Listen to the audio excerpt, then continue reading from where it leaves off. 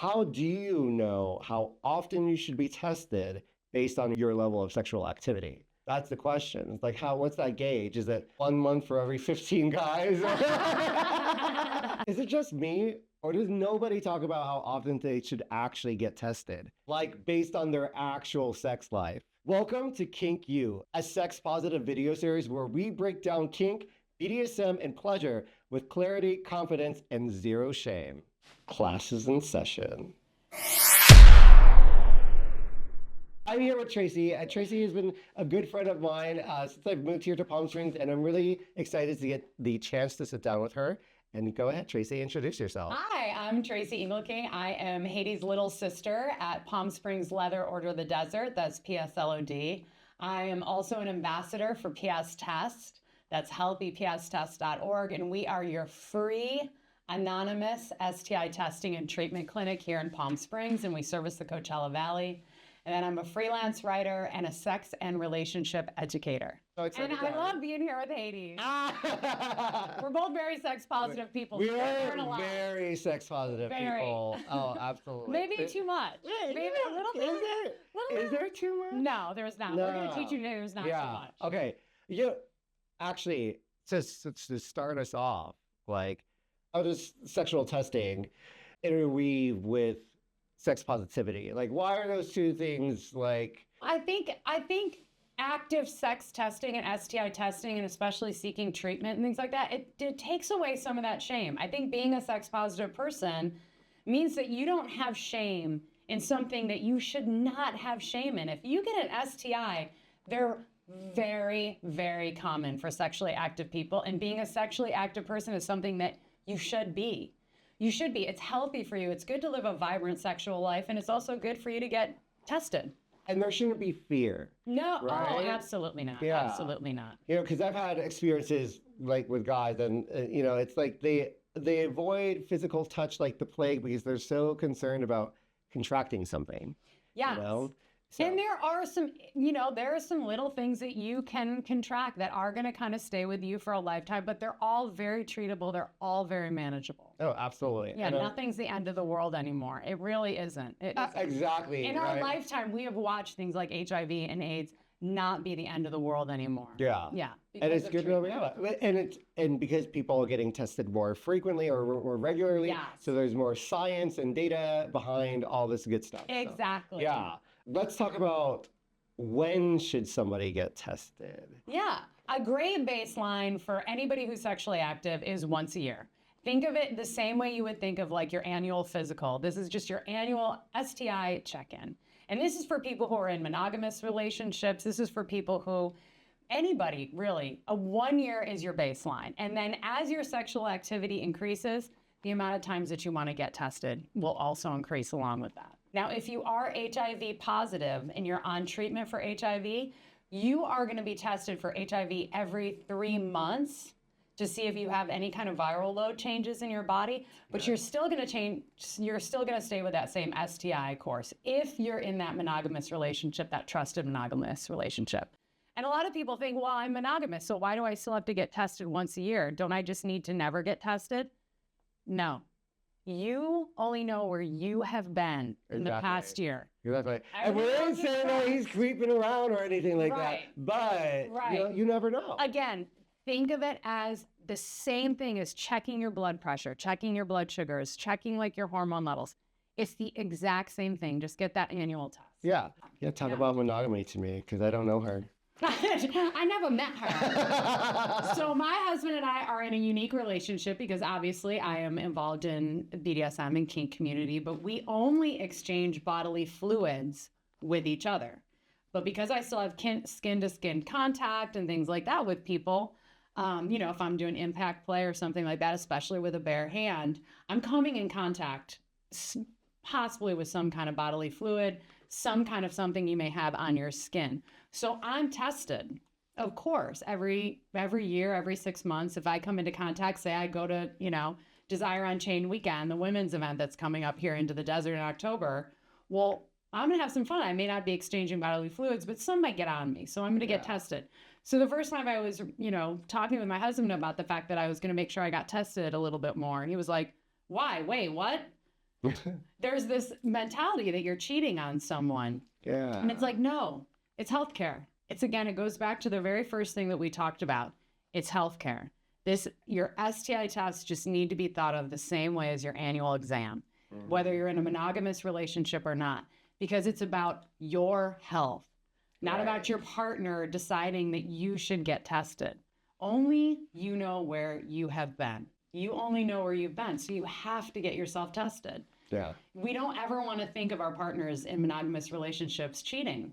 But every single one of us knows a story about someone being blindsided by their partner cheating on them when they didn't see it coming from miles away. Yeah. And you could be exposed to something that you could be carrying.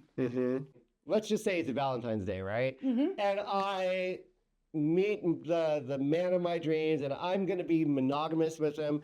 But I was a slut like 2 weeks ago.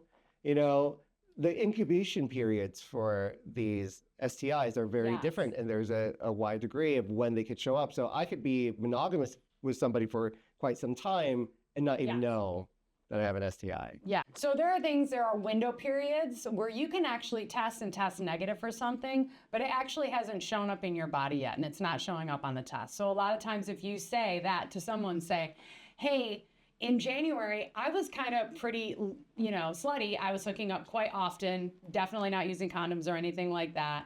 And now I'm in a monogamous relationship. I just tested negative on February 15th, but I know I was doing stuff on January 30th. Yeah. Should I get tested again? And almost every clinician, depending on your test, is probably going to tell you, yes, absolutely. And this feels like an appropriate segue to saying we are not doctors. We are not. And we are not providing medical advice. We're not. We're just having a conversation about sex. We sound like we're giving you advice. We're not. You have to check all this with your clinician. And again, different kind of tests are going to detect different things at different times. And we'll cover that, I'm sure, at some point. Oh, yeah, absolutely. How do you know how often you should be tested based on your level of sexual activity? That's the question. It's like, what's that gauge? Is it 1 month for every 15 guys?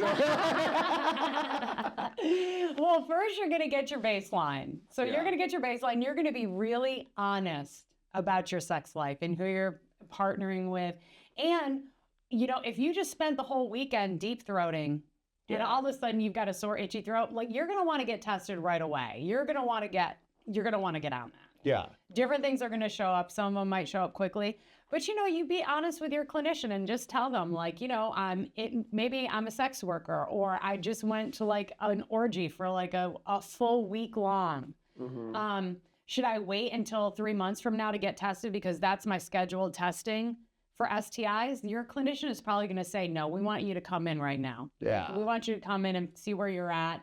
And then we'll test again in a couple weeks and make sure we hit that window period. Yeah. And I think that's where people get confused, is that they take the rehearsed in the communities like every 3 months, and they take that as what you're establishing is, hey, this is your baseline is the every 3 months, but you need to get tested as needed in between then based off of what activities you're engaging with, or how many partners you're taking on. And, not to be graphic, we have a lot of friends who participate in things like cum dumps over the weekend. I am a cum dump. Right, no loads. We've seen numbers of 55 loads, things like that. And again, girl, I'm no jealous. shame, babe. Like, good for you.